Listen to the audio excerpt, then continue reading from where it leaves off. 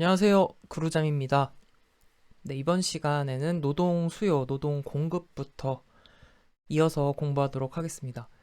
네, 이제 노동 수요, 노동 수요 곡선, 노동 공급 곡선도 나오고, 한계 생산, 또 한계 생산 관련된 계산 문제도 나오고, 가장 이제 공부하시는 수험생분들이 까다로워하는 내용들이 이제 조금 나옵니다. 그런데 사실 그렇게 많이 어렵지 않아요. 차근차근 이해하면서 정리하면은 네, 이것보다 이제 또 재밌는 부분이 없습니다. 그렇기 때문에 너무 부담 갖지 마시고 저랑 같이 천천히 이해하면서 정리하면은 네, 암기할 것도 뭐 그렇게 많지 않습니다. 그래서 네, 가벼운 마음으로 네, 화이팅 하시면서 같이 시작해 보도록 하겠습니다. 노동 수요, 노동 공급. 가장 먼저 나오는 내용, 노동 수요의 특징입니다. 노동 수요라는 것은 노동의 수요를 말하는 거죠. 노동력의 수요. 기업하고 노동자 중에 어느 쪽 입장인가요? 네, 기업의 입장이죠. 기업 쪽에서 노동력을 필요로 하는 것이고, 노동 공급은 이제 노동자의 측면에서 볼 수 있는 개념이라고 할 수 있겠습니다. 그래서 노동 수요의 특징이라고 하면 유발 수요, 파생 수요, 결합 수요라는 것을 알아두세요. 네, 여기에 제일 먼저 들어갈 말은 이제 유발 수요입니다. 유발 수요. 생산 요소에 대한 수요다. 생산 요소라는 것은 노동, 자본 이런 것들이 있습니다. 네, 뭐 토지까지 이제 뭐 포함이 되는데 우리 공부하는 여기 갑자기 과목 이름이 생각이 나. 노동시장론. 노동시장론에서는 이제 노동과 자본을 생산 요소로 두고서 이제 가정을 하고 이제 문제를 해결하는 것들입니다. 그래서 생산 요소에 대한 수요, 유발 수요, 제품이나 상품이나 생산물에 대해서 수요가 늘어나면 이 생산물을 더 많이 생산하기 위해서 그에 따른 노동이 더 필요하잖아요. 네. 그래서 제품 수요에 의해서 유발되는 수요다라고 해서 노동 수요는 유발 수요라고 합니다. 같은 이야기죠. 생산물 수요에 영향을 받는다. 그래서 노동 수요. 제품 수요에 의해서 유발되는 수요다. 유발 수요. 제품 수요에 의해서 파생되는 수요가 노동 수요다. 그래서 파생 수요. 또한 제품의 수요와 결합돼서 연계 결합돼서 늘어나고 줄어드는 수요다라고 해서 결합 수요라고도 합니다. 유발 수요, 파생 수요, 결합 수요. 같이 문제 풀면서 다시 복습해 보겠습니다. 1번. 최종 생산물이 수요자에 의해서 수요되기 때문에 그 최종 생산물을 생산하는데 투입되는 노동이 필요한다. 이 말이 무슨 말이에요? 최종 생산물이 필요하니까 거기에 요구되는 노동이 또 필요하다. 어떤 거예요? 최종 생산물에 의해서 유발된 수요다. 최종 생산물에 의해 파생된 수요. 최종 생산물과 결합된 수요. 그게 노동 수요라고 했죠. 그래서 정답은 3번 파생 수요. 네. 유효 수요 아니고 유발 수요입니다. 네. 유효 수요라는 것은 이제 구매력이 있는 수요를 의미합니다. 2번. 다음 중 노동에 대한 수요가 유발 수요인 것을 가장 잘 나타내는 것은 자, 제품에 대한 수요가 노동에 대한 수요로 이어지는 거를 찾으면 되겠습니다.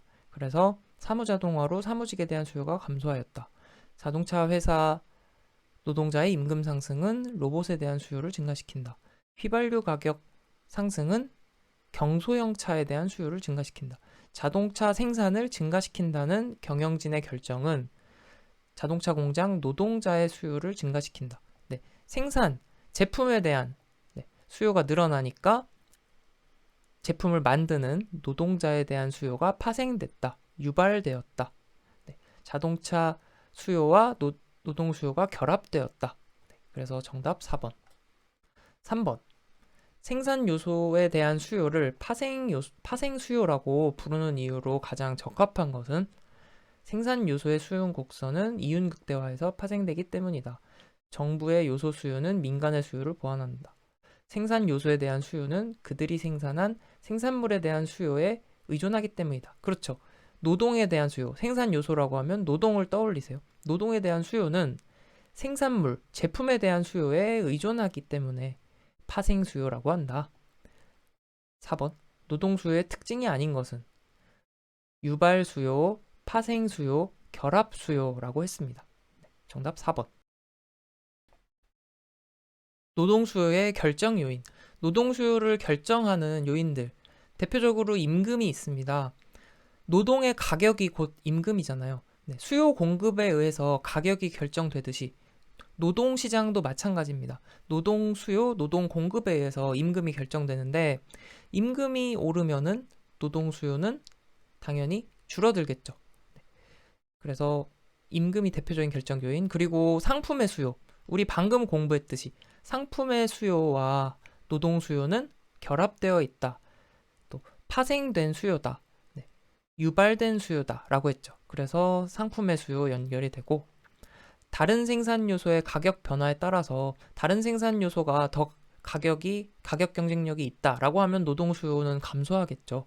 마찬가지 노동 생산성의 변화에 따라서 노동 생산성이 높느냐, 낮느냐에 따라서 노동 수요가 달라지게 했습니다. 마찬가지 생산 기술의 발전, 노동력을 대체할 수 있는 생산 기술의 발전 여부, 발전 정도에 따라서 노동 수요가 결정될 수 있습니다. 바로 문제 풀어봅니다. 노동 수요를 결정하는 요인과 가장 거리가 먼 것은 개인의 여가에 대한 태도, 여가에 대한 태도랑은 상관없죠. 이건 오히려 노동력 공급에 대한 것과 관련이 되잖아요. 네, 여가를 중시하면은 노동보다는 여가를 더 선택하게 되고, 네, 이건 노동 공급 측면에서 결정하는 요인입니다. 그리고 시장 임금에 따라 결정되고, 서비스 가격, 제품이나 서비스의 가격, 그리고 노동을 이용하여 생산된 상품에 대한 수요. 네, 상품에 대한 수요 중요하죠. 2번으로 넘어갑니다.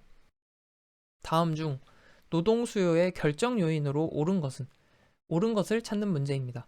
노동과 관련된 타 생산 요소의 가격 변화. 그렇죠. 노동과 관련해서 다른 자본, 기계, 노동력을 대체할 수 있는 기계가 가격이 내려갔어요. 그러면은 노동력에 대한 수요가 반대로 줄어들게 되고, 네, 이렇게 타생산 요소 영향을 미칩니다. 네, 나머지 인구의 규모와 구조는 이제 노동 공급과 관련이 되겠죠. 인구가 늘어나면 노동 공급이 늘어난다는 의미가 될 수 있고, 네, 그래서 나머지 것들은 이제 해당이 되지 않는 내용입니다. 네, 노동 수요 곡선. 노동 수요 곡선에 대해서 한번 살펴볼게요. 먼저, 네, 이렇게 해서 수요 공급 곡선을 그려볼게요. 이게 수요를 나타내고 이게 공급을 나타내는 곡선입니다. 그래서 이것을 수요 공급 곡선이라고 하고, 노동시장, 그러니까 재화시장, 생산물 시장을 가정했을 때는 네, 그냥 수요 공급 곡선이라고 말을 하지만, 이제 노동시장, 우리가 공부하는 것은 노동시장을 다 가정한 거예요. 노동시장 가정하에서는 이 수요는 이제 노동 수요가 되겠고, 이 공급 곡선은 노동 공급을 나타내는 곡선이 되겠습니다.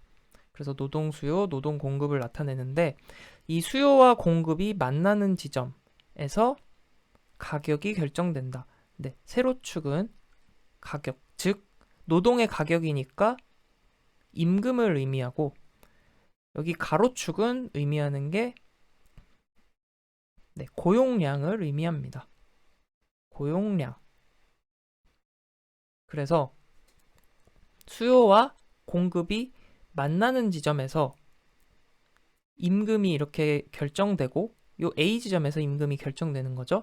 그리고 고용하는 인원, 고용량은 마찬가지 수요와 공급이 만나는 지점에서 고용량이 결정된다.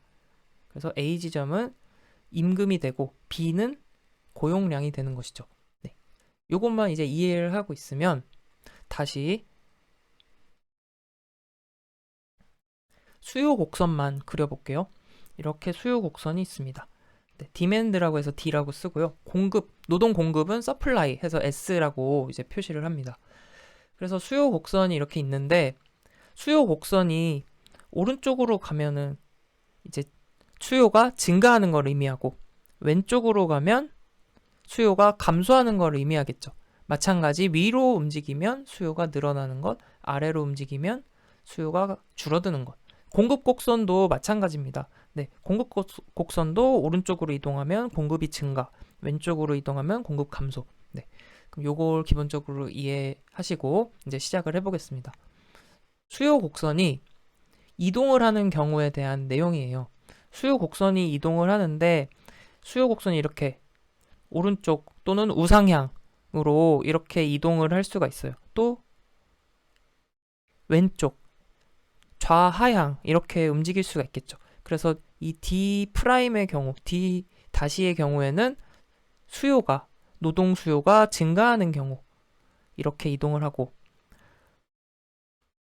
D2-, D 프라임, D2 네, 이렇게 이동을 하는 경우는 노동 수요가 감소하는 경우라고 볼 수 있겠습니다. 그래서 이 노동 수요의 변화 보시면 임금을 제외한 요인의 변화는 노동 수요의 변화라고 했어요. 방금 노동 수요의 변화는 뭐라 그랬죠? 노동 수요 곡선이 이동한다 그랬죠. 그래서 노동 수요 곡선의 이동이다. 다시 여러 요인들이 있어요. 노동 수요를 변화시키는. 그래서 임금을 제외한 요인들의 변화는 노동 수요를 변화시키고, 그렇기 때문에 노동 수요 곡선이 이제 오른쪽 혹은 왼쪽 이렇게 이동을 한다는 거예요. 노동 수요가 증가하면 오른쪽으로 이동하겠고, 감소하면 왼쪽으로. 그런데 여기서 주목할 거는 이제 임금의 변화를 잘 기억해 주세요. 임금이 변화하는 경우는 노동 수요의 변화가 아니라 노동 수요량의 변화입니다. 다시, 임금의 변화는 노동 수요량의 변화다라는 것을 기억해 주세요. 임금이 변화하는 거는 노동 수요가 변하는 게 아니라 노동 수요량이 변하는 거다. 그리고 노동 수요량의 변화는 노동 수요가 변하는 거랑 다르잖아요. 노동 수요의 변화는 수요 곡선이 이동하는 거고, 노동 수요량의 변화는 이 곡선, 다시 이 곡선 상에서 이 지점에 있었다. 그럼 곡선 상에서 이동을 한다는 거예요. 그래서 요 지점에 있다가 요 지점으로 이동하거나, 뭐 요 지점에 있다가 요 지점으로 이동하거나, 이 곡선 상에서 움직인다는 거예요. 그래서 다시 한번 그려볼게요. 네, 노동 수요량이 이제 이 지점이었다. 근데 임금이 올랐어요. 임금이 오르면 노동 수요량은 어떻게 돼요? 임금이 오르면은 임금이 올라간다는 건 이쪽 방향이잖아요. 임금이 오른다는 건 어때요? 노동 수요량은 감소하게 되는 거죠. 요만큼. 네, 이게 고용량이라고 했으니까요. 그래서 임금 수요량은 감소하게 되고, 또 여기서 임금이 낮아졌다라는 것은 이쪽 방향으로 움직이는 거니까 이 지점에서 이렇게 이 곡선을 따라 움직이는 거죠. 그럼 이렇게 이동하면은 어때요? 노동 수요량은 이제 증가한다. 임금이 내려가면 노동 수요량은 증가하잖아요. 네, 요거를 이렇게 설명해 주는 겁니다. 그래서 여기서 다시 한번 잘 기억해야 되는 거는 임금의 변화는 노동 수요 곡선이 이동하는 게 아니라 노동 수요 곡선 상에서, 요 곡선 위에서 이동하는 거다. 요거를 반드시 기억해 주세요. 노동 수요 곡선 상, 곡선 위에서 이동한다. 네, 여러 번 강조를 했습니다. 문제에서도 여러 번 나옵니다. 같이 문제 풀어보겠습니다. 1번, 노동 수요 곡선을 이동시키는 요인이 아닌 것은, 수요 곡선을 이렇게 증가, 감소, 이렇게 노동 수요 곡선을 이동시키는 요인이 아닌 것을 찾는 문제입니다. 네, 임금의 변화는 아니라 그랬죠? 임금은 어떻게 움직인다? 요 곡선 위에서, 곡선 상에서 이렇게 움직인다. 네, 그래서 정답은 1번인데 나머지 선택지를 같이 정리를 해볼게요. 생산성이 변화하면 노동 수요가 변한다고 했죠. 앞에 우리 노동 수요 결정 요인 공부했잖아요. 노동 생산성의 변화, 그리고 제품 생산 기술의 발전. 그래서 기계가 노동력을 대체할 수 있게 되면 노동 수요 감소하게 되겠고요. 또한 상품의 수요, 상품 수요에 따라서 노동 수요 변하죠. 파생 수요라 그랬고, 유발 수요라 그랬고, 또 하나 뭐였죠? 결합 수요라고 했습니다. 네, 그래서 정답 1번. 또 2번으로 같은 문제입니다. 노동 수요 곡선을 이동시키는 요인이 아닌 것은 임금의 변화는 노동 수요 곡선 상에서 곡선 위에서 움직인다라고 했습니다. 네, 다시 한번 또 복습합니다. 다른 생산 요소의 가격이 변하면 노동 수요에도 영향을 미치죠. 기계 가격이 낮아지면 노동 수요는 줄어들게 됩니다.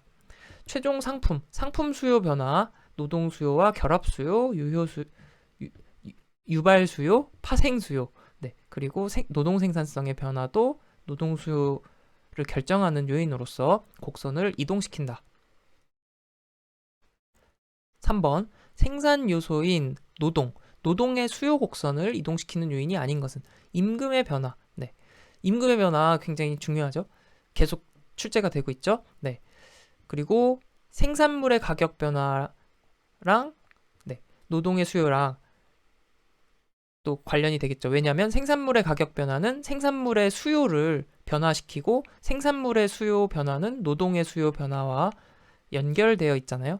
유발 수요, 파생 수요, 결합 수요. 네, 제가 지금 한 10번 정도 반복한 것 같죠. 여러분들 이제 암기가 거의 다 되셨을 거라고 생각합니다. 노동 생산성의 변화도 네, 노동 수요 결정 요인, 또 자본의 생산성 변화, 네, 기계 생각하시면 되겠습니다.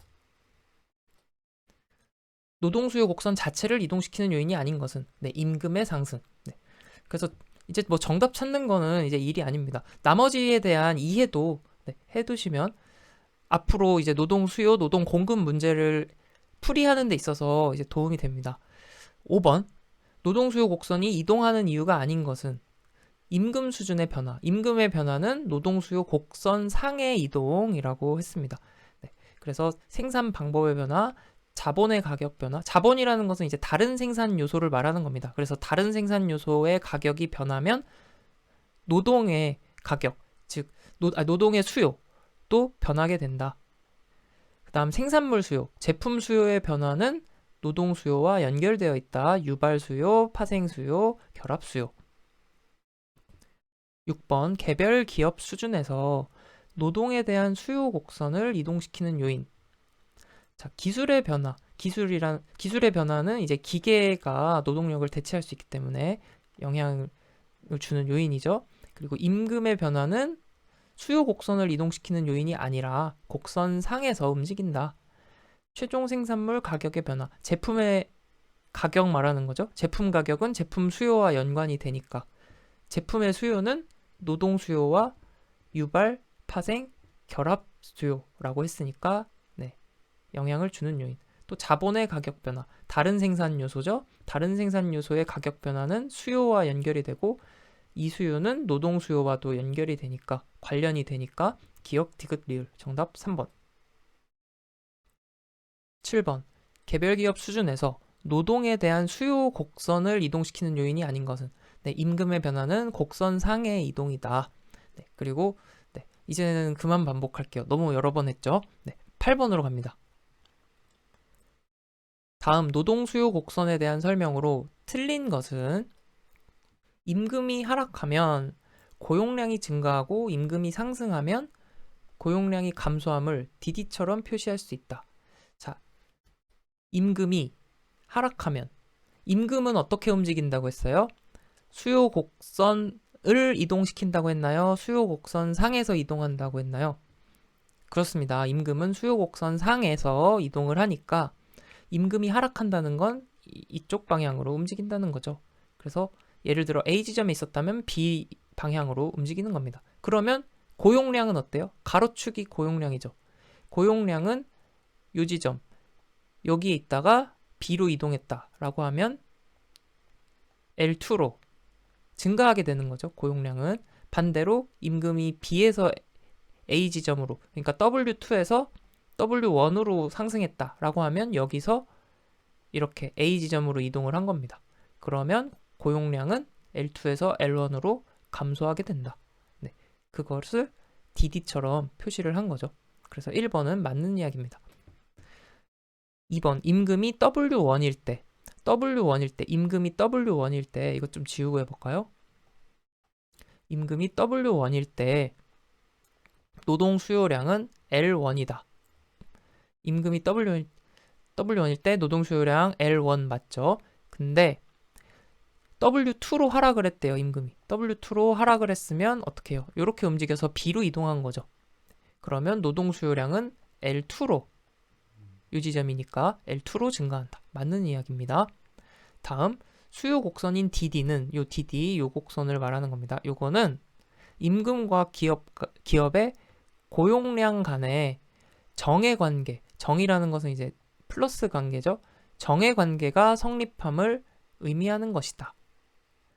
그러니까 임금과 고용량이 같은 방향으로 움직인다라는 거잖아요. 근데 반대죠. 임금이 내려가면 어때요? 고용량은 늘어나잖아요. 그리고 임금이 올라가면 이렇게 움직이니까 고용량은 줄어들잖아요. 그래서 3번 역의 관계가 성립하는 것을 의미하는 것입니다. 4번 기업 판매 상품의 수요가 증대하면 판매 상품, 제품의 수요가 증대하면 노동 수요는 뭐예요? 파생 수요, 유발 수요, 결합 수요라고 했어요. 똑같이 증가합니다. 노동 수요도 증가하겠죠. 노동 수요가 증가한다는 것은 곡선이 이동하는 거잖아요. 그래서 곡선이 오른쪽으로 이동을 해서 이 곡선 방향으로 이렇게 이동을 하겠죠. 그래서 맞는 이야기가 되겠습니다. 이렇게 되면 이제 이해가 되시죠? 노동 수요 곡선이 이동하는 경우는 임금을 제외한 다른 결정 요인이 증가하거나 감소하거나 영향을 미쳤을 때 노동 수요 곡선이 이동하는 거고, 임금이 변화할 때는 노동 수요 곡선 위에서 이렇게 요 선을 따라 움직인다. 이해가 잘 되셨으면 좋겠습니다. 이렇게 차근차근 하면은 전혀 어렵지 않습니다. 9번으로 갈게요. 9번입니다. 노동과 자본만이 생산 요소이고 두 생산 요소가 서로 보완제인 경우 자본 가격이 하락할 때 노동 수요의 변화. 자, 노동과 자본만이 생산 요소래요. 생산 요소가 이 둘뿐인데 이 둘이 서로 보완제라고 했어요. 자, 보완제, 대체제가 있는데 보완제라는 것은 서로 수요가 똑같이 움직인다. 같은 방향으로 움직인다. 라고 생각하시면 됩니다. 왜냐하면 서로 보완해주는 요소이기 때문에 보완제라고 하고요. 왜 이렇게 말을 절죠, 제가? 대체제. 대체제는 노동의 수요와 자본의 수요가 반대 방향으로 움직이는 경우 서로 그러니까 대체할 수 있는 거죠. 자본 대신에 노동으로 대체할 수 있고 노동 대신에 자본으로 대체할 수 있는 그런 관계를 대체제라고 합니다. 그래서 대체제일 경우에는 서로 반대 방향으로 수요가 서로 반대 방향으로 움직이겠죠. 그러면 문제로 다시 돌아옵니다. 자본의 가격이 하락할 때 노동 수요의 변화, 자본의 가격이 하락한대요. 자본의 가격이 내려가면 자본의 수요는 어떻게 돼요? 자본의 수요는 증가하겠죠. 가격이 내려가니까.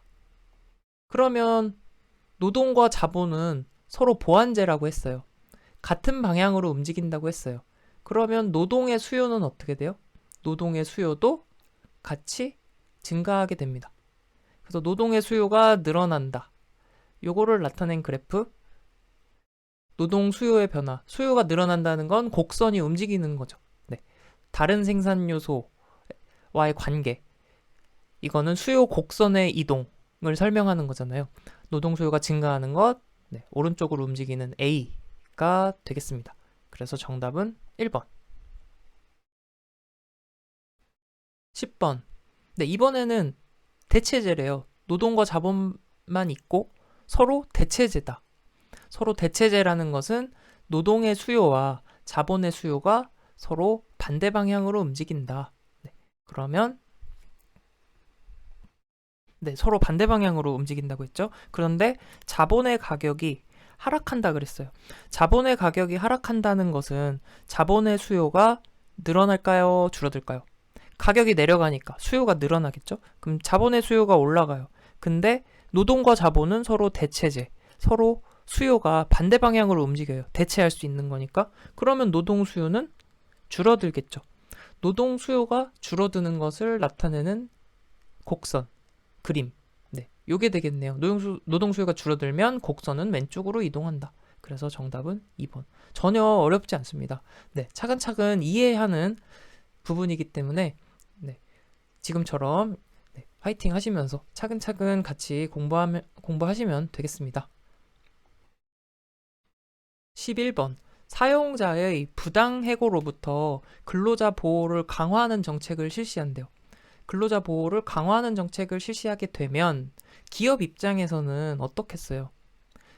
네, 근로자 보호 정책이 시행이 되면 고용을 더 안 하려고 하겠죠. 그래서 고용 수준은 이제 감소하게 됩니다. 반면에 고용 수준은 감소하니까 기존에 있는 직원들의 근로 시간은 어때요? 상대적으로 더 늘어나게 됩니다. 그래서 고용 수준 감소, 근로 시간 증가. 정답 1번. 노동 수요 곡선을 간단히 봤고요. 이번에는 단기, 장기 노동 수요 곡선 구분하는 내용입니다. 단기 노동 수요와 장기 노동 수요 구분해서 이해하면 되겠습니다. 수요 곡선에서 이제 단기 노동 수요 곡선이다라고 하면 이제 자본의 고정을 전제로 한다라고 했죠. 우리가 지금 공부하는 노동시장론에서 가정하는 것은 생산 요소가 노동과 자본 이 두 가지만 고려를 하시면 됩니다. 그래서 노동과 자본이 있는데 단기 노동 수요 곡선에서는 자본이 고정되어 있다라는 것을 전제로 한다는 거예요. 그래서 고정 생산 요소가 존재한다. 왜냐하면 단기 입장에서는 단기적으로는 생산 요소의 투입량을 변화시키는 게 어렵잖아요. 네, 생산 요소의 변화를 하려면 이제 어느 정도 시간이 필요하기 때문에 단기에서는 자본이 고정되어 있다라는 것을 전제로 하고 고정 생산 요소가 존재한다. 반면에 장기 노동 수요 곡선에서는 고정된 생산 요소가 없어요. 네, 그래서 모든 생산 요소의 투입이 가변적이다. 네, 장기적으로 보면 자본의 투입도 늘어날 수도 있고 줄어들 수도 있고 네, 노동도 마찬가지겠죠, 당연히. 네, 그래서 이것을 고려해서 둘의 차이를 이해하시면 되겠습니다. 그렇기 때문에 기업의 장기 노동 수요 곡선은 단기 곡선보다 탄력적일까요? 비탄력적일까요? 다시 장기 노동 수요 곡선은 그러니까 장기적으로는 고정된 생산 요소가 없어요. 왜냐하면 모든 요소들이 다 변화할 수 있잖아요. 장기적인 관점에서는. 근데 단기적으로는 고정 생산 요소가 존재한다 그랬어요. 자본의 고정을 전제로 해. 단기에서는 생산 요소의 변화가 그렇게 쉽지 않다. 이렇게 생각을 할 수 있잖아요. 그러니까 장기 수요 곡선이 더 탄력적이다. 이렇게 이해하시면 되겠습니다. 문제를 풀면서 또 복습해 볼게요. 1번, 기업에서 단기 노동 수요를 증가시키는 요인으로 가장 적합한 것은 자, 단기 노동 수요라고 하면 이걸 이렇게 괄호쳐서 생각을 하셔도 좋습니다. 그래서 노동 수요 증가, 노동 수요라는 것은 유발 수요, 파생 수요, 결합 수요라고 했죠. 그래서 상품 수요가 증가함에 따라 노동 수요도 같이 증가하게 되겠습니다. 정답 1번. 2번. 노동에 의해 생산된 상품의 가격이 상승하면, 상품 가격이 오르면 일어나는 현상. 단 상품 시장과 노동 시장은 완전 경쟁 시장 구조를 갖고 기업은 이윤 극대화를 추구한다. 네, 이거를 가정하고 자, 상품 가격이 오르면 어떻게 돼요? 상품 가격이 오르면 기업 입장에서는 더 많이 생산하려고 하겠죠. 그래서 기업 입장에서 더 많이 생산하려고 하니까 노동 수요가 어떻겠어요? 노동 수요도 늘어나겠죠. 더 많이 생산해야 되니까. 그래서 노동 수요의 증가. 정답 2번. 3번. 완전 경쟁 기업의 단기 노동 수요 곡선은 다음 중 어느 곡선의 일부인가? 네, 이거는 우선은 일단은 암기를 하고 이제 뒤에서 또 공부를 하도록 하겠습니다. 네, 한계 생산물 가치 곡선입니다. 그래서 한번 여기다가 정리를 간단히 해볼게요. 자, 완전 경쟁 시장에서는 완전 경쟁 시장을 가정하면요. 완전 경쟁 시장을 가정하면 단기 노동 수요 곡선은 VMP, 한계 생산물 가치. 한계 생산물 가치를 나타내는 곡선과 똑같습니다. 그리고 이게 또 MRP, 한계 수입 생산 곡선과 같다. 네, 요렇게 좀 먼저 암기를 해두시면 좋습니다. VMP라고 하면 이제 Value of Marginal Product. 마지널이라는 게 한계의 의미인데 이제 뒤에서 정리를 해볼게요. 그리고 MRP도 Marginal Revenue 프로덕트가 되겠죠. 그래서 한계 수입 생산. 완전 경쟁 시장에서는 단기 노동 수요 곡선이 VMP, MRP 다 같다. 그래서 수요 곡선은 VMP, MRP 수요 곡선 똑같다. 네, 요렇게만 우선은 정리하시고 뒤에서 또 공부하도록 하겠습니다. 이제 우리가 문제에서 별 말이 없을 때는 그냥 노동 수요 곡선 하면 이제 단기를 의미한다라고 보셔도 되겠습니다. 4번.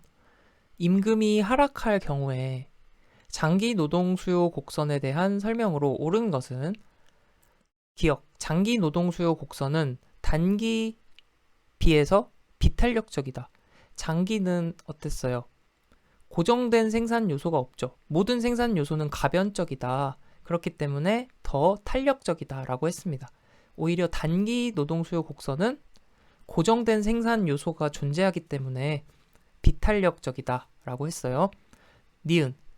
장기에는 대체 효과 외에 추가 자본 투입에 의한 산출량 효과로 인해서 추가적으로 노동 수요가 증가한다. 우선 대체 효과라는 것은 대체제를 생각하시면 됩니다. 노동과 자본이 서로 대체제면은 어때요? 자본의 수요와 노동의 수요가 반대 방향으로 움직인다 라고 했죠. 그것을 의미하는 게 대체 효과입니다. 자본의 가격에 의해서 자본의 수요가 변하고 이 자본의 수요 변화량에 따라서 노동의 수요가 이제 변하는 그 효과를 이제 대체 효과라고 하는데 이거는 어떻게 보면 단기적인 이제 효과잖아요. 서로 수요의 대체 관계에 의해서. 그런데 장기에는 이 대체 효과 외에도 산출량 효과로 인해서 노동 수요가 증가한다라는 말이에요. 그렇다면 산출량 효과는 또 무엇이냐? 말 그대로 산출량에 의해서 나타나는 효과예요. 생산량이 달라짐으로써 발생하는 효과입니다. 자, 임금이 하락한다 그랬어요. 임금이 하락하는 경우에는 기업 입장에서 비용이 감소하게 되는 거죠. 비용이 감소하면은 제품의 가격이 내려가는 걸 의미해요. 물론 실제로 기업들은 잘 내리지 않습니다. 하지만 우리는 이제 이론을 공부하는 거니까요. 제품 가격이 내려가면 수요가 증가하겠죠. 그래서 제품의 수요가 증가하니까 노동 수요도 같이 증가하게 됩니다. 그래서 노동 수요가 증가한다. 이렇게 이해하는 겁니다. 그래서 니은은 이제 맞는 얘기가 되겠죠. 그래서 대체 효과는 뭐 단기에서 서로 대체 관계, 노동과 자본의 대체 관계에 의해서 나타나는 게 대체 효과라면 산출량 효과는 그 생산량에 따라서 나타나는 효과인데 임금이 하락하면 비용이 감소하니까 비용이 감소하면 제품 가격도 내려가니까 제품 가격이 내려가면 제품의 수요가 증가하고 제품의 수요가 증가하면 노동의 수요도 증가하니까 이렇게 된다. 디귿. 장기에는 대체 효과 및 소득 효과로 인해 노동 수요가 증가한다. 대체 효과, 소득 효과는 우리 뒤에 노동 공급의 후방 굴절 곡선이라는 걸 공부할 거예요. 거기에 나오는 내용인데, 그래서 노동 공급과 이제 관련된 효과들입니다. 그래서 디귿은 이제 수요와는 관련이 없고요. 정답은 2번입니다. 5번. 기업의 장기 노동 수요 곡선에 대한 설명으로 옳은 것은 장기 노동 수요 곡선은 단기보다 더 비탄력적이다라고 했습니다. 비탄력적이 아니라 탄력적이다라고 했죠. 왜냐하면 장기적 관점에서는 생산 요소의 변화, 생산 요소가 가변적이라고 했죠. 생산 요소의 투입을 변화를 가져갈 수 있으니까요. 근데 단기적 관점에서는 예를 들어 자본의 투입을 단기적으로 변화시키기가 어렵잖아요. 그래서 단기 곡선에서는 고정 생산 요소가 있다는 거를 가정한다. 고정 생산 요소가 존재한다 라고 했습니다. 그래서 장기가 더 탄력적이다. 6번 장단기 노동 수요 곡선 설명으로 옳은 것은 마찬가지죠. 장기 노동 수요 곡선이 더 탄력적이다. 장기가 단기에 비해 이건 비탄력적이네요. 1번 장기가 단기에 비해 더욱 탄력적이다. 정답 1번. 7번 고용 수준과 작업 시간 간에는 역관계가 성립한다. 서로 반대로 움직인다라는 의미겠죠. 정부가 고용을 늘리기 위해서 초과근로수당을 크게 인상한대요. 그러면은 초과근로수당이 부담이 되니까 고용을 더 하는 게 이득이니까 고용을 늘리게 하려는 그런 목적이겠네요. 일반적으로 실업자의 고용 기회가 증대된다고 본다. 이에 대한 반론으로 적합하지 않은 것은 자, 4번 먼저 볼게요. 4번부터 거꾸로 할증료를 인상할 경우에도 그러니까 초과수당 할증료를 인상할 경우에도 이를 준수하지 않는 기업이 존재한다. 그럴 수 있겠죠. 이에 대한 반론으로 가능한 이야기입니다. 3번 이 주장은 현재 연장 근로를 수행하고 있는 취업자와 실업자의 분포가 같다고 가정한 것이지만 실업자의 기능 수준이 낮을 가능성이 높다. 충분히 가능한 반론입니다. 기존에 취업된 사람들이 추가로 야간 근무를 하여 실업자에게 새로운 직장이 창출될 가능성이 적다. 이것도 나올 수 있는 이야기죠. 어떻게 보면 3번이랑 또 연결된 맥락일 수도 있어요. 왜냐하면 실업자의 기능 수준이 더 낮기 때문에 기존 근로자들을 그냥 추가로 야간 근무를 시켜가지고 그렇게 운영을 할 수도 있는 거니까요. 1번 초과 근로수당이 인상되면 기업이 점차 노동집약적 기술을 채택하거나 생산물 가격의 상승으로 생산량과 노동 수요가 줄어들 가능성이 있다. 자, 초과 수당을 올리게 되면 점차적으로 노동 집약적 기술을 채택을 할 수도 있고요. 근데 이거는 어쨌든 차차 있는 일이고 당장에 문제가 이제 고용을 늘리던지 아니면 인상된 초과 근로 수당을 지급하던지 이제 요 둘 중에 하나의 선택지잖아요. 그래서 이제 노동 수요가 줄어드는 것과는 좀 직접 관련을 짓기는 어렵습니다. 근데 이것도 엄밀히 따지면은 이제 맞는 말이 될 수도 있는데요. 아마 논란이 조금 있었지 않았을까 생각이 들어요. 이 문제를 보면서. 아마도 그러니까 그 이후로 이제 한 번도 출제가 안 됐겠죠. 여하튼 2, 3, 4번은 확실하게 타당한 반론으로 보여지고 1번이 좀 가장 먼 이야기로 볼 수가 있습니다. 그래서 기출 문제를 공부하다 보면 이런 문제들을 간혹 만날 수가 있는데 이거에 너무 이제 얽매이지 마시고 이렇게 이 정도로 이제 이해를 하시고 답을 보고 넘어가시면 되겠습니다. 그래서 7번은 정답 1번. 앞에서는 이제 노동 수요에 관련된 내용들이었습니다. 그래서 노동 수요의 특징, 그리고 노동 수요의 결정 요인, 노동 수요 곡선의 변화, 노동 수요 곡선상의 이동, 이거를 공부했었고, 이번에는 노동 공급입니다. 노동 수요는 기업의 측면이었으면 노동 공급은 노동자의 측면이죠. 그래서 노동 공급을 결정하는 요인, 무엇이 있는지 정리해 보겠습니다. 노동 공급이라는 것이 곧 경제활동 참가랑 유사한 의미가 되겠죠. 1번부터 보겠습니다.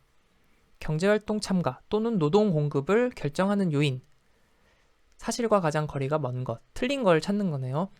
비근로소득이 클수록 경제활동 참가는 낮아진다. 어떨까요? 여러분 오늘 가서 로또를 하나 샀어요. 당첨이 된 거예요. 그러면 비근로소득이 왕창 크죠. 경제활동을 하실까요? 안 할 가능성이 높겠습니다. 또 주식에 이제 돈을 넣어놨는데 주식 배당금이 한 달에 5천만 원씩 나와요. 생각만 해도 너무 좋으시죠? 그러면은 여러분들 경제활동 참가하겠어요? 안 할 가능성이 높습니다. 그래서 맞는 이야기 되겠습니다. 2번 취약 전 자녀 수 취약전 자녀가 많으면 돌봐야 하니까 경제활동 참가는 낮아진다. 교육 수준이 높아질수록 경제활동 참가는 증가한다. 네, 전반적으로 이제 그런 편입니다. 기업의 노동 시간이 신축적일수록 노동 공급이 증가하겠죠. 노동 시간이 신축적이라는 거는 노동 공급을 유연하게 할 수 있기 때문에 자유롭게 할 수 있기 때문에 충분히 늘릴 수가 있겠죠. 원하는 만큼. 정답 4번. 2번. 경제활동 참가에 영향을 주는 요인, 노동 공급에 영향을 주는 요인 같은 의미입니다. 여가에 대한 상대적 가치. 네, 요게 해당이 되죠. 왜냐면 여가가 더 중요하다라고 하면 일을 안 하는 것이고 일하는 게 더 이득이다라고 하면 여가 대신 일을 선택하는 것이죠. 다음 비근로소득의 발생. 이것도 비근로소득 방금 봤죠. 비근로소득이 높으면 굳이 일을 안 하고 단시간 노동의 기회. 이것도 관련이 있습니다. 단시간 노동의 기회가 주어진다면 경제활동 참가율이 조금이라도 더 높아질 수 있는 요인이 되겠습니다. 그래서 정답은 4번. 3번. 우리나라 여성의 연령별 경제활동 참가율은 남성과 달리 자녀의 출산 육아기에 현저한 차이를 보인다. 네, 그래서 이거는 M자형으로 설명이 돼요. M자형으로 설명이 되고 보통 이제 최저 바닥을 찍는 시기가 이제 30대 중반 정도가 됩니다. 그래서 정답은 3번. 4번. 기혼 여성의 경제활동 참가율 설명으로 틀린 것은 남편의 소득이 높으면 일을 안 할 확률이 더 높아지고요. 네, 경제활동 참가율 낮아지겠죠. 가계 생산 기술이 향상될수록 세탁기, 청소기 당연히 있었던 시대였는데 이제 점점 건조기, 그 로봇 청소기, 식기세척기 점점 더 많아지죠. 이럴수록 경제활동 참가율은 더 늘어나게 되겠죠. 네, 그래서 틀린 내용 2번. 교육 수준이 높을수록 경제활동 참가율 높아집니다. 자녀의 연령이 높을수록 돌봐줄 그 손이 덜 필요하니까 경제활동 참가율은 높아집니다. 5번. 기혼 여성의 경제활동 참가율을 높이는 요인. 거리가 먼 것은 가사노동을 대체하는 비용이 하락한대요. 가사노동을 대체해주는 기계가 가격이 내려간다거나 아니면 돌보미, 아주머니 비용이 내려간다라고 하면 경제활동 참가를 더 많이 하겠죠. 그래서 맞는 이야기. 남편이 소득 증가 하면은 경제활동 참가율이 낮아지겠죠. 그래서 2번이 이제 거리가 먼 내용이고요. 출산율이 낮아진다. 애를 적게 낳으면 그만큼 경제활동을 더 많이 하고 시간제 근무 기회가 늘어나면은 그만큼 경제활동을 더 많이 할 수 있게 되니까요. 6번으로 갑니다. 기혼 여성의 경제활동 참가율을 높이는 요인, 거리가 먼 것. 시장 임금의 상승. 임금이 높아지면 일을 더 하고 싶어 하게 되겠죠. 노동 절약적 가계 생산 기술의 향상. 네, 그렇습니다. 기계가 가사 일을 대신 해주면 그만큼 경제활동 참가가 높아진다. 배우자의 소득 증가는 경제활동 참가를 낮추는 요인이 되겠고요. 육아시설, 보육시설 증설, 가사 일을 또 아이 보육 일을 도와주기 때문에 경제활동 참가율을 높이는 요인이 되겠습니다. 7번. 기혼 여성의 경제활동 참가 증가 요인이 아닌 것은 임금이 오르고 보상 요구 임금이 뭐였죠? 우리 앞에서 공부했었는데 보상 요구 임금 뭘까요? 희망 임금, 의중 임금, 유보 임금이었잖아요. 근로자가 희망하는 임금이 희망 임금, 보상 요구 임금, 의중 임금이었습니다. 그래서 기대하는 임금이 높아지면은 어떻겠어요? 기대치가 높아지면 경제활동 참가하기가 좀 더 어려워지는 거니까 증가 요인이라고 볼 수는 없습니다. 7번에 2번이 틀린 내용이고 남편 근로소득이 줄어들면 일하러 돈 벌러 가야 되고요. 파트타임 고용시장 발달하면 일할 기회가 늘어나니까 8번으로 갑니다. 여성의 경제활동 참가 증가 요인 아닌 것은 임금이 오르면 일하고 싶고 기대치가 높아지는 것과는 관련이 없다라고 했죠. 그리고 가계 생산 기술 향상, 파트타임 고용 시장, 일할 기회가 늘어나는 것. 그래서 정답 2번. 9번. 여성의 경제활동 참가에 관한 설명으로 옳은 것만을 짝지은 것은 최근의 여성 경제활동 참가율 상승은 많은 부분 기혼 여성의 경제활동 참가가 크게 늘어난 데에 기인한다. 네, 그렇습니다. 뭐 이게 최근이라고 하기에 지금 이제 너무 오래전이긴 한데 네, 맞는 이야기고요. 여성의 경제활동 참가율은 20대 후반에 크게 낮아지는데 M자형의 모양을 갖는다. 네, 이것도 아까 말씀드린 M자형 네, 맞는데 이제 최저치가 30대 중반 정도고 이제 20대 후반 이때부터 이제 급격하게 내려가기 시작을 하는 겁니다. 그래서 맞는 이야기고요. C. 여성의 경제활동 참가율이 높아지면 여성 근로자의 임금 수준과 남성 근로자의 임금 수준에 대한 비율은 더욱 낮아진다. 비율이 더욱 높아지겠죠. 이게 의미하는 바가 뭘까요? 남성 근로자의 임금 수준, 그리고 여성 근로자의 임금 수준의 비율. 그러니까 서로 차이가 얼마나 나느냐죠. 비율이 높으면은 차이가 별로 없는 거고, 비율이 낮으면은 여성과 남성 임금 수준 차이가 크다는 얘기인데, 비율이 낮다는 거는 임금 격차가 커진다는 얘기잖아요. 반대겠죠. 그래서 정답은 1번. 10번입니다. 개인의 가용 시간이 일정할 때, 가용 시간은 일정하다. 근데 작업장까지의 통근 시간이 늘어났어요. 통근 시간이 늘어나면 경제활동 참가율, 근로시간 비교하라고 했죠. 통근 시간이 늘어나면 경제활동 참가율이 높아질까요? 낮아질까요? 네, 아무래도 낮아지겠죠. 가용 시간은 일정한데 통근 시간이 늘어나요. 그럼 경제활동, 머니까 일하기 싫어. 이러면서 줄어들 거고, 총 근로시간은 당연히 감소하겠죠. 가용시간이 일정한 상태에서 통근시간이 늘어나니까. 그래서 근로시간 감소, 경제활동 참가율 감소. 정답 4번. 11번. 다른 조건이 동일한 상태에서 만약 여성의 경제활동 참가가 높아진대요. 그러면 균형임금과 균형 고용량은 어떻게 달라지는가? 여성의 경제활동 참가가 높아진다. 라는 것은 노동 공급이 늘어나는 거니까. 공급이 늘어나면 어때요? 임금이 내려가겠죠. 그래서 균형 임금은 내려가게 되고, 균형 고용량은 어떻게 될까요? 이거 우리가 그림을 그려서 한번 해볼까요? 네, 여기 가로축은 고용량, 세로축은 임금이 되겠죠. 그러면 네, 이렇게 수요 곡선, 노동 수요, 노동 공급 곡선이 있습니다. 여기서 경제활동 참가가 높아진다라는 것은 노동의 공급이 늘어난다는 의미니까 이렇게 이동을 하는 거죠. 그래서 노동 공급 곡선이 이렇게 됩니다. 이렇게 이동을 하게 되면 이 균형 지점이 여기로 이동을 하게 돼요. 그러면 임금은 어떻게 돼요? 임금은 여기에서 여기로 이동을 했으니까 임금은 더 낮아지고, 그래서 균형 임금 하락. 그리고 고용량은 어떻게 돼요? 이 지점에서 이 지점으로 이렇게 이동하게 되죠. 고용량, 균형 고용량은 증가하게 된다. 정답은 3번. 12번입니다. 완전 경쟁적인 노동시장에서 노동의 한계 생산성을 증가시키는 기술 진보와 함께 보다 많은 노동자들이 노동시장에 참여하는 변화가 발생했대요. 이때 노동시장에서 발생하는 변화. 자, 이 문제는 잘 읽어보셔야 됩니다. 문제를. 자, 완전 경쟁적인 노동시장을 가정하고 노동의 한계 생산성을 증가시키는 기술 진보. 보통 기술의 진보라고 하면은 어때요? 노동 수요를 감소시키잖아요. 기술이 진보하는 것은 노동력의 수요를 줄이는 영향을 미치는데, 여기 문제에서는 노동의 한계 생산을 증가시킨다 라고 했어요. 노동의 한계 생산을 증가시킨다 라는 의미를 정확히 알아야 됩니다. 한계 생산이라는 것은 이제 마지널 프로덕트라고 하는데, 한계의 개념, 뒤에서 우리가 공부할 내용이긴 한데 지금 한번 또 이제 정리를 할 필요가 있겠네요.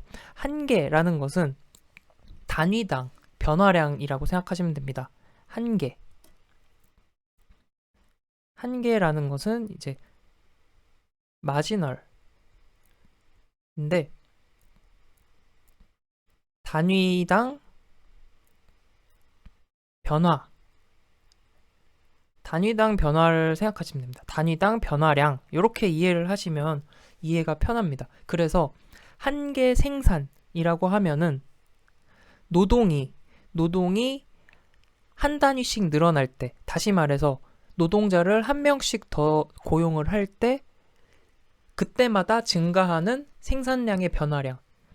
그래서 노동력이 5명을 고용했을 때 총 생산량이 10이었고 여기서 한 명 더 고용을 했더니 15로 늘어나고 여기서 한 명 더 고용했더니 18로 늘어나고 이렇게 늘어나잖아요. 생산량이. 그러면 한 명 더 고용했을 때 늘어나는 생산량 5가 여기서는 이제 한계 생산이 되는 거고 여기서는 3이 한계 생산량이 되는 거죠. 그래서 노동력을 한 단위 더 투입했을 때 늘어나는 생산량. 네, 요게 한계 생산입니다. 그런데 한계 생산이 증가했다 그랬어요. 한계 생산이 증가했다라는 의미는 그럼 뭐예요? 생산성이 더 좋아진다는 얘기잖아요. 네, 생산성이 더 좋아진다.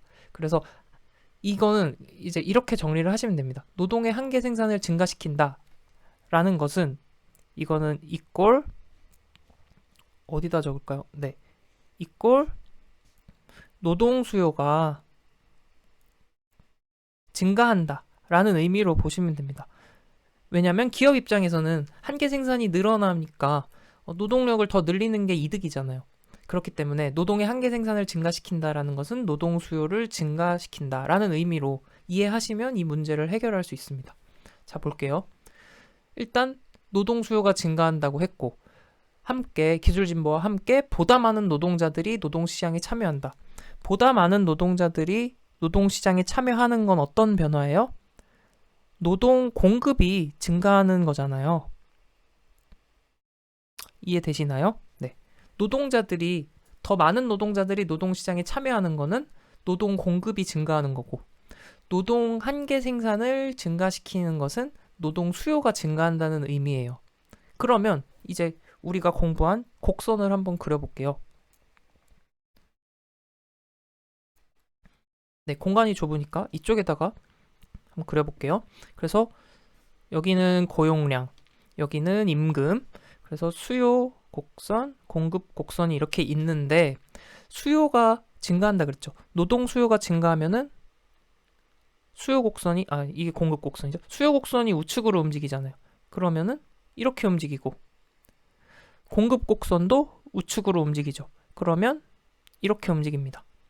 그러면 균형점이 원래는 여기였다가 이제 여기로 이동하는 거죠. 네. 이렇게 이동을 하게 됩니다. 이렇게 됐을 때 노동시장에서 발생하는 변화로 옳은 것을 찾는 문제입니다. 1번. 균형 노동 고용량은 반드시 증가하지만 균형 임금의 변화는 불명확하다. 자, 볼게요. 균형 임금은 여기서 결정이 되고 균형 고용량은 여기서 결정이 됩니다. 노동 수요가 늘어나면 어때요?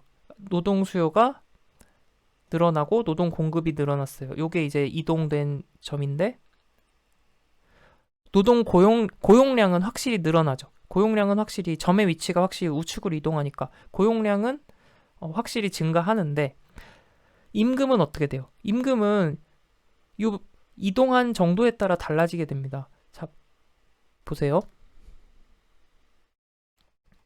지금 이 경우는 임금이 여기에서 여기로 이동했으니까 요만큼 내려간 거잖아요. 약간 내려갔는데 만약에 수요 곡선은 이만큼 증가하고 공급 곡선은 요만큼만 늘어났다라고 해봅시다. 그러면 여기가 균형점이 되죠. 그러면 임금은 이렇게 올라가게 되는 거잖아요. 네. 그렇기 때문에 균형 임금은 어떻게 변할지 알 수가 없어요. 늘어날 수도 있고 낮아질 수도 있고.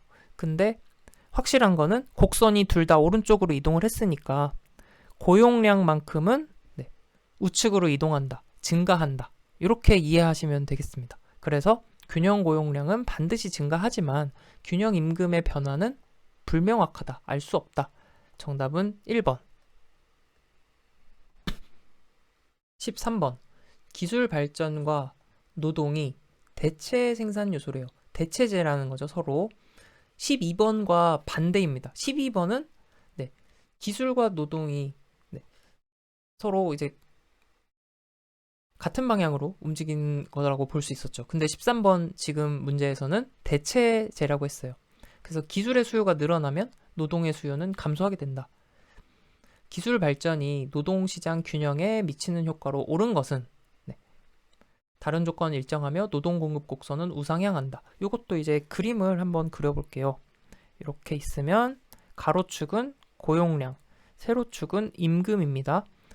그 다음에 수요 곡선, 공급 곡선 이렇게 되죠. 여기서 기술 발전과 노동이 대체제라고 했어요. 그러면 기술이 발전하면은 노동의 수요는 감소하게 됩니다.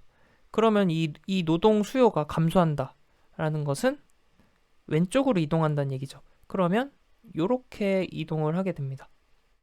그러면 균형점이 원래는 여기였는데 이제 이 지점으로 이동을 하게 되는 거죠. 네, 이렇게. 그러면 선택지를 보겠습니다. 균형 고용 수준. 균형 고용 수준은 어떻게 돼요? 왼쪽으로, 수요 곡선이 왼쪽으로 갔으니까 어쨌든 균형 고용 수준은 감소하게 됩니다. 균형 고용 수준 하락. 그리고 균형 임금은 어떻게 되나요? 수요 곡선이 왼쪽으로 갔으니까 균형 임금도 하락하게 되겠죠. 그래서 이렇게 내려오잖아요. 정답은 4번. 14번. 이번에는 기술 발전이랑 노동이 보완제래요. 서로 보완해주는 역할. 기술 발전이 노동의 수요를 증가시킨다. 같은 방향으로 움직인다. 이게 보완제죠. 이럴 때 기술 발전이 노동 수요에 미치는 효과. 그러면 기술이 발전하면 노동 수요도 증가한다 라는 의미니까 여기 노동 수요 곡선이 있습니다. 노동 수요 곡선이 오른쪽으로 이동을 하게 됩니다. 그러면 이런 형태가 되겠죠. 그러면 균형점이 여기에서 이 지점으로 이동을 하게 됩니다. 그러면 이 지점은 고용량은 어때요? 늘어나고 임금은 어때요? 임금도 올라갑니다.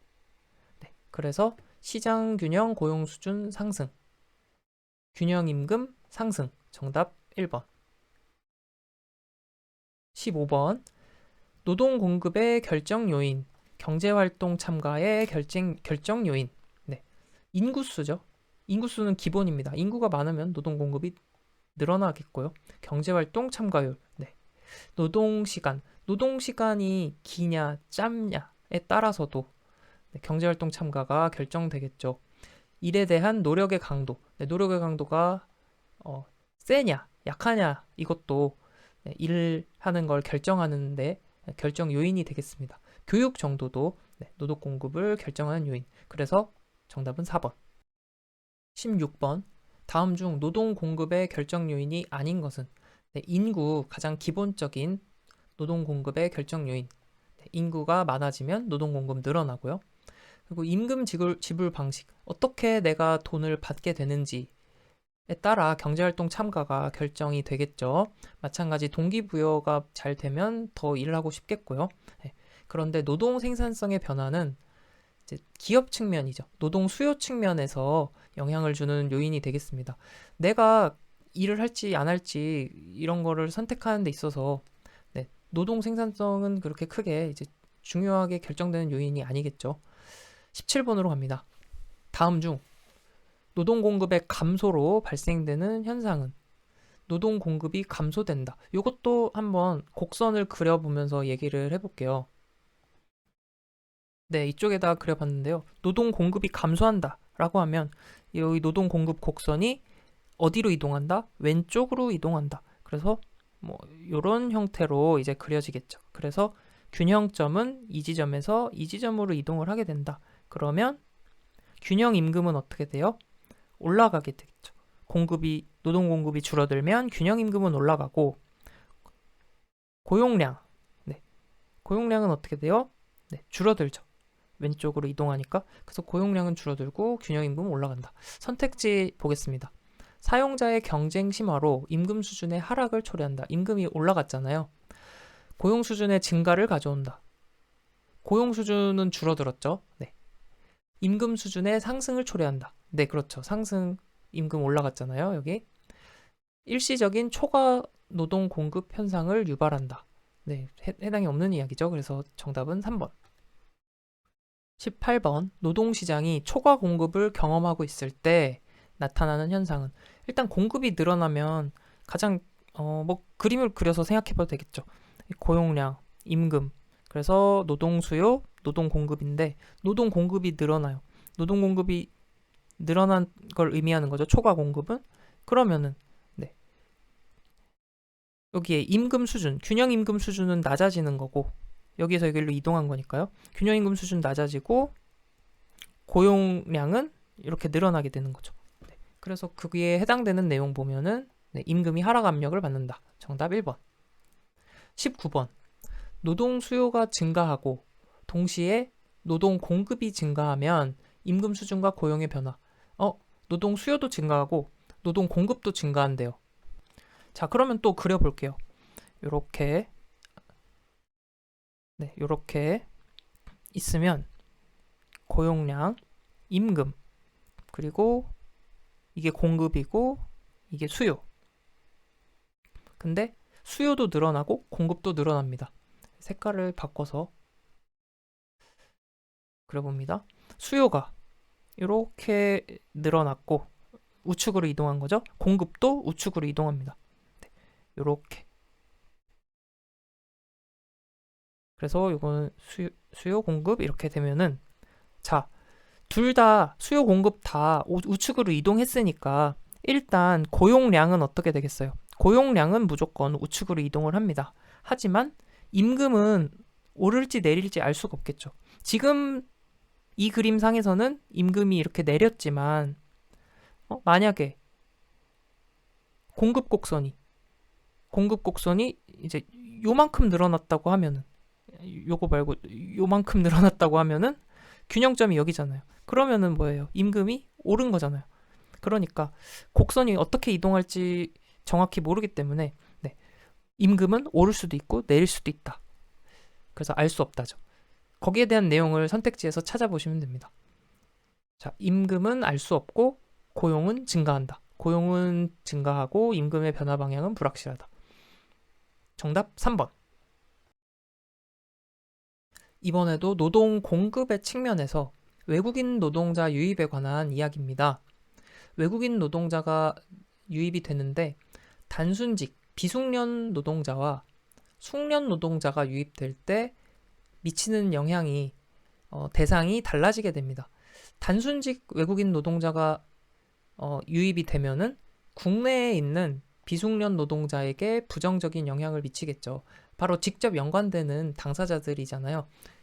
마찬가지로 숙련 외국인 노동자가 유입되면 국내 숙련 노동자에게 부정적인 영향을 미친다. 네, 뭐 자연스러운 당연한 이야기입니다.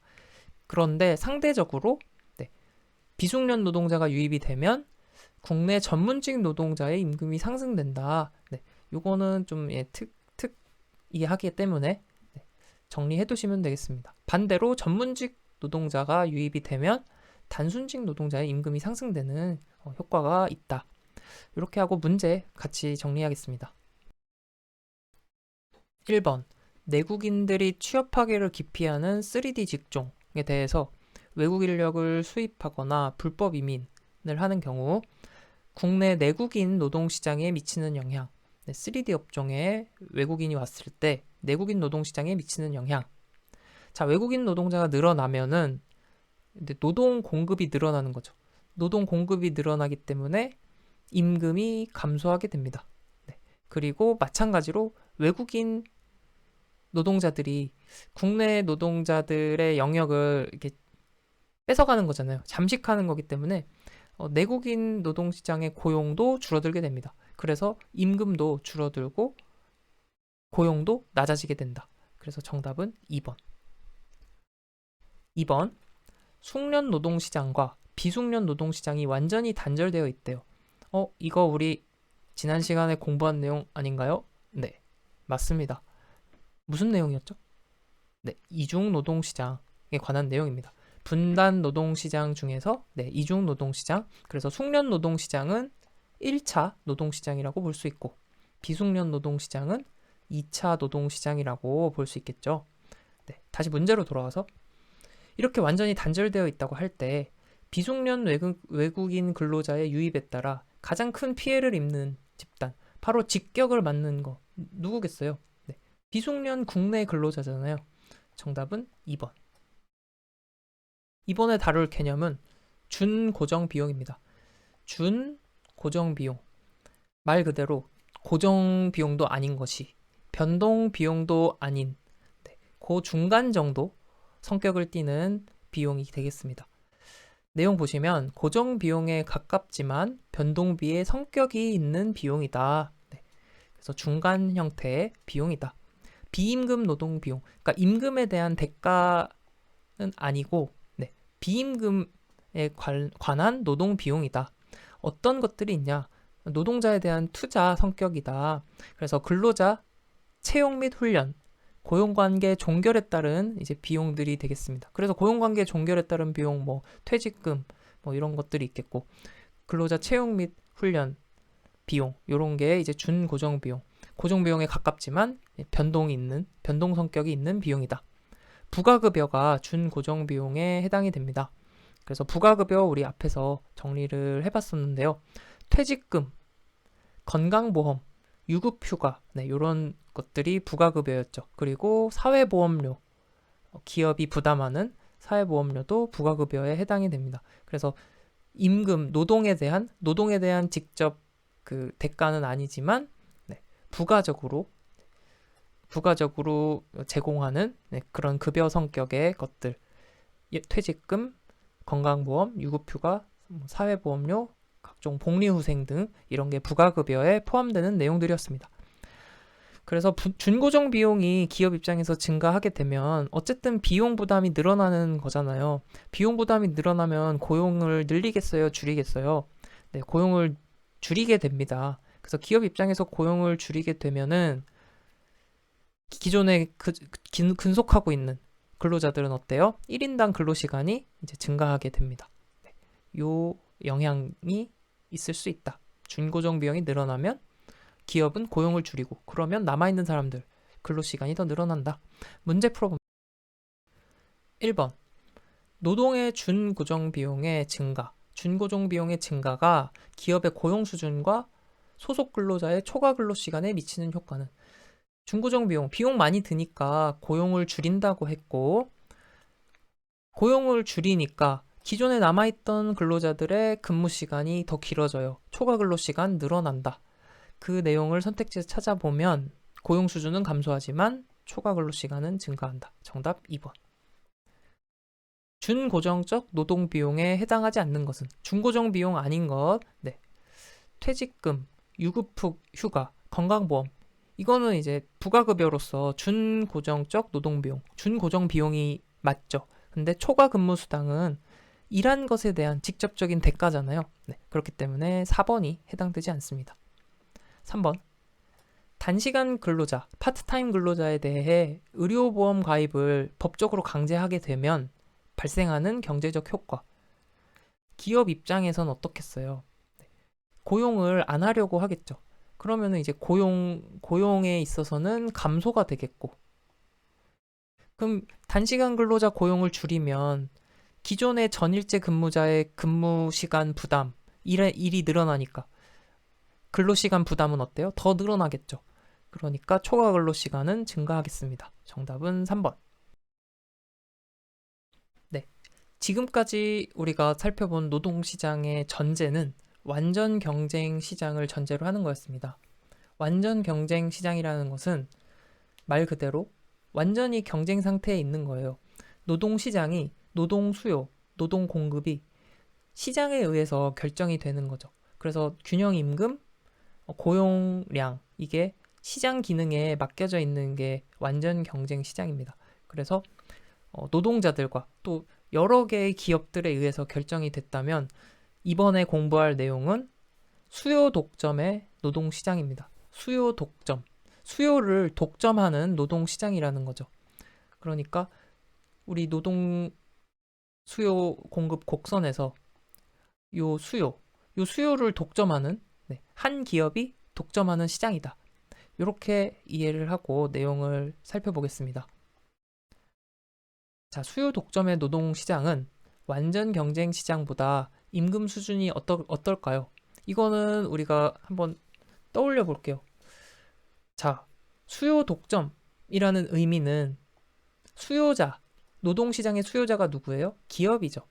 그래서 수요를 독점한다는 의미는 내가, 기업이 하나가 독점을 하는 거잖아요. 내가 채용 인원수를 조절할 수 있고, 그리고 임금 수준에도 지대한 영향을 미칠 수 있다라는 의미가 되겠습니다. 왜냐하면 내가 원하는 만큼, 필요한 만큼 채용하면 되니까요.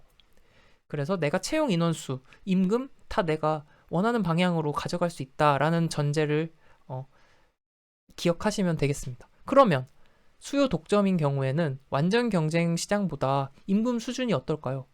나는 임금이 낮을수록 좋잖아요. 내가 이제 수요자 입장이면은.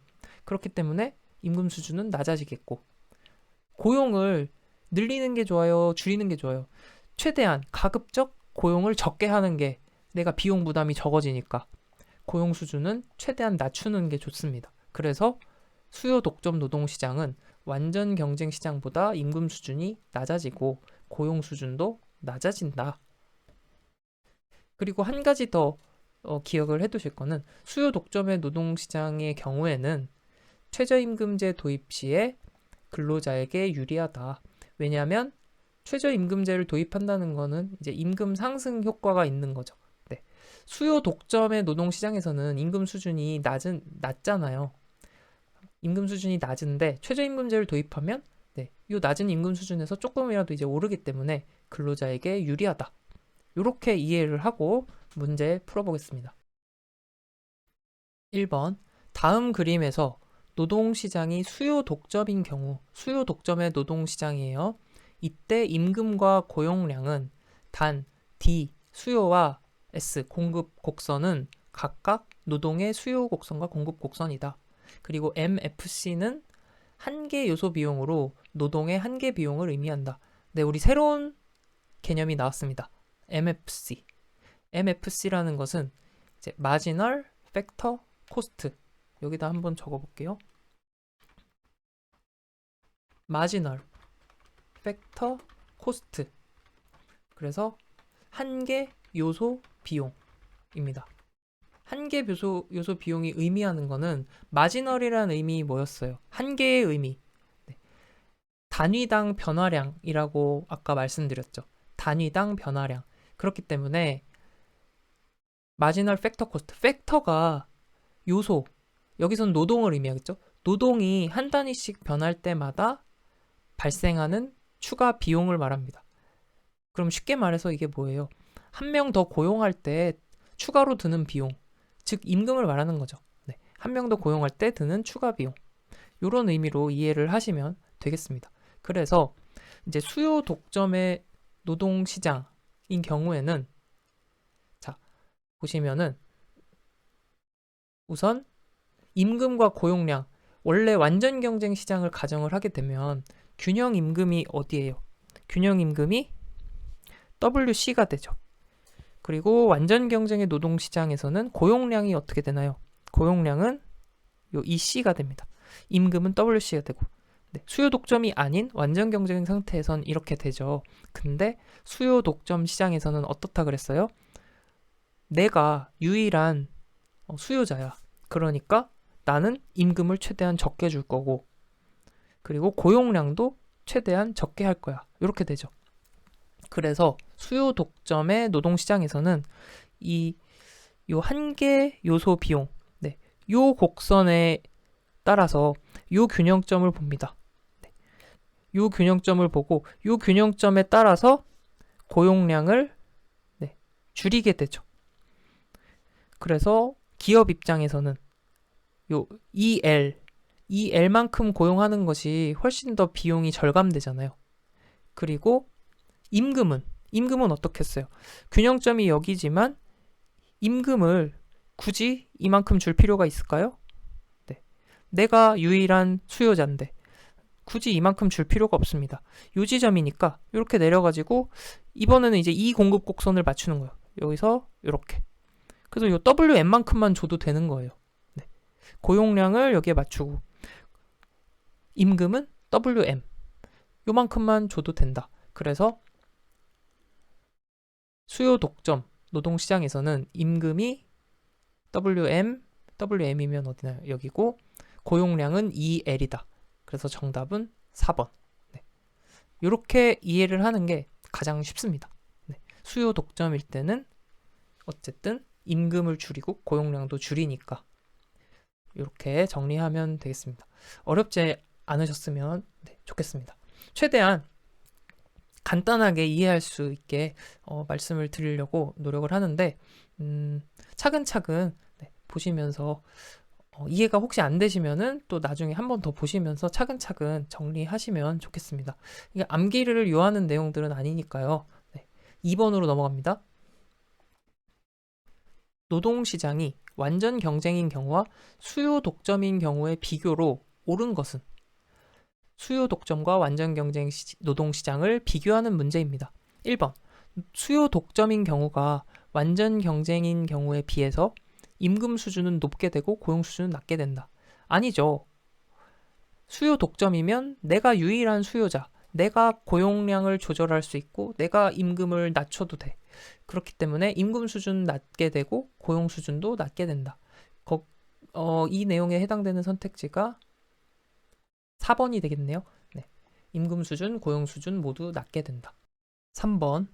정부가 임금을 인상시킬 때 오히려 고용이 증대되는 경우는 이거는 수요 독점의 노동시장입니다.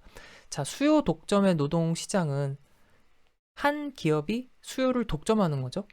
그런데 이럴 때 정부가 임금을 강제로 인상시키면 최저임금제를 떠올리시면 됩니다. 그래서 이러한 최저임금제는 고용을 늘리게 되는데 그 이유는 왜냐하면 임금이 높아지면 그만큼 근로자들이 더 많이 일하려고 오잖아요. 그렇기 때문에 기업 입장에서는 빈 일자리, 결원을 채우기가 더 쉽습니다. 그래서 고용이 증가하게 됩니다. 그래서 암기를 하시면 됩니다. 수요 독점의 노동시장에서는 최저임금제, 정부가 임금을 인상시킨다. 요것의 의미를 이제 최저임금제랑 동일하게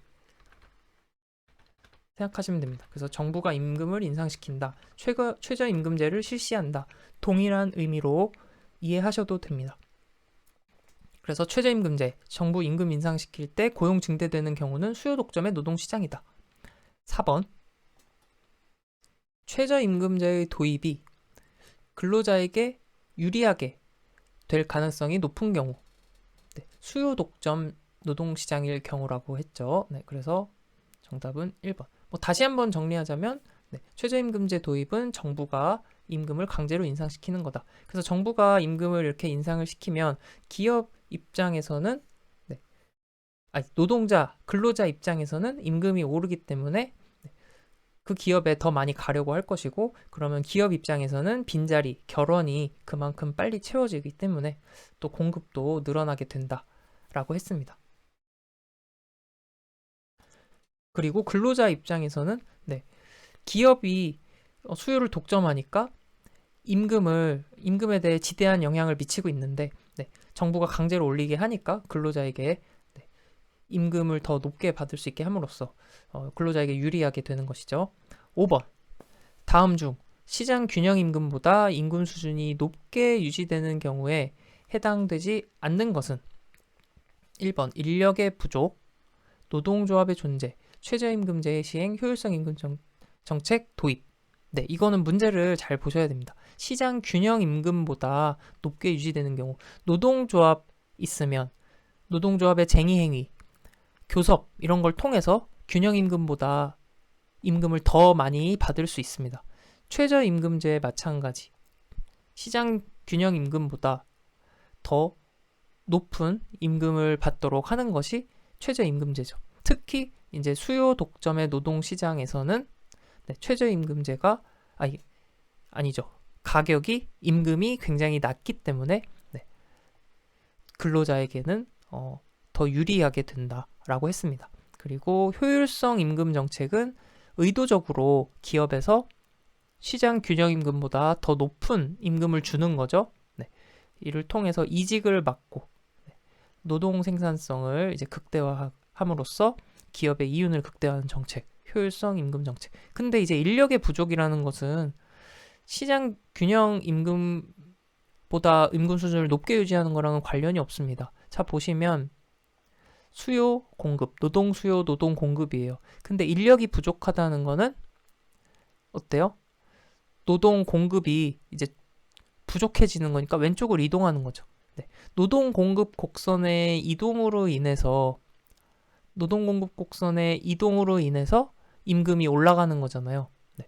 그렇기 때문에 이것도 이제 균형 임금입니다. 네. 곡선의 이동으로 인해서 균형 임금이 올라간 거지 균형 임금보다 임금 수준이 높아진 게 아니잖아요. 그렇기 때문에 1번은 해당되지 않습니다. 그래서 이거는 문제를 이렇게 잘 읽고 균형 임금의 개념, 시장 균형 임금이라는 것은 노동 수요 곡선과 노동 공급 곡선이 만나서 정해지는 게 시장 균형 임금이고, 네. 그래서 인력 부족은 공급 부족과 공급의 감소와 관련이 되기 때문에 균형 임금이 이동하는 것이고 2, 3, 4는 시장 균형 임금보다 더 임금 수준이 높아지는 것을 설명하는 것이죠. 네, 이렇게 잘 구분을 하시면 되겠습니다. 네, 6번입니다. 최저임금의 인상이 고용을 증가시킬 수 있는 경우. 최저임금 인상이 고용을 증가시킬 수 있는 경우는 우리 앞에서 공부했죠. 수요 독점의 노동시장인 경우에는 최저임금 인상이 고용을 증가시킬 수 있다. 하지만 슬프게도 수요 독점의 노동시장이라는 이야기는 여기에 없습니다. 그래서 하나하나 따져봐야 되는데 쉽게 간단하게 한번 따져볼게요. 자, 노동 공급 곡선이 우상향할 때 노동 공급 곡선이 우측으로 이동한다는 거죠. 증가한다. 높아진 임금에 노동 공급이 증가할 경우. 네, 최저임금 인상하고 노동 공급이 증가하는데 여기서는 이제 노동 수요가 이제 증가해야 이제 고용이 증가되는 부분이 있죠. 그래서 노동 수요에 대해 고려하지 않았다. 2번, 노동 공급이 우상향할 때 최저임금 인상과 별개로 노동 수요가 동시에 크게 증가할 경우. 최저임금 인상과 별개로 노동 공급 곡선이 이제 우측으로 제 그림을 너무 못 그렸네요. 자, 노동 공급 곡선이 우상향한다는 거는 요게 우측으로 이렇게 이동한다는 거고 수요 곡선이 또 이렇게 있겠죠? 근데 이 최저임금 인상과는 별개로 노동 수요가 크게 증가하는 경우 고용이 증가하겠죠. 그래서 노동 수요가 있어야 고용을 증가시킬 수 있는 거니까 노동 수요가 크게 증가하면 고용을 증가할 수 있겠습니다. 왜냐하면 일단 최저임금 인상이라는 것은 또 노동 공급이 증가된다는 걸 의미하잖아요. 그래서 이렇게 이해하시는 게 가장 간단한 것 같습니다. 그래서 정답 2번이고 3번 보시면 최저임금이 시장 균형 임금 수준보다 낮은 경우 최저임금이 시장 균형 임금보다 낮으면 공급이 늘어나지 않겠죠. 그러니까 고용을 증가시킬 수 없겠고요. 노동 공급 곡선이 수직인 경우는 이게 가로축이 고용량이라 그랬잖아요. 공급량이 항상 일정한 거예요. 공급량이 비탄력적이다. 수요가 어떻든 노동 공급량은 항상 똑같은 경우가 수직인 경우니까 해당이 없겠습니다. 그래서 정답은 2번. 그래서 이 정도로만 이해하셔도 괜찮습니다. 그래서 6번까지 이제 풀어봤고요. 이렇게 해서 수요 독점의 노동시장까지 정리를 해봤습니다. 오늘도 이렇게 같이 장시간 공부하시느라 수고 많으셨습니다. 이렇게 공부할 수 있어서 저도 감사드립니다. 다음 시간에는 또 더 재밌게 차근차근 최대한 이해하기 쉽게 같이 공부해 보도록 하겠습니다. 좀 어려웠던 부분 있으시면 다시 돌려보시면서 차근차근 이해해 보시기를 바라겠습니다. 그럼 다음 영상으로 돌아오겠습니다. 감사합니다.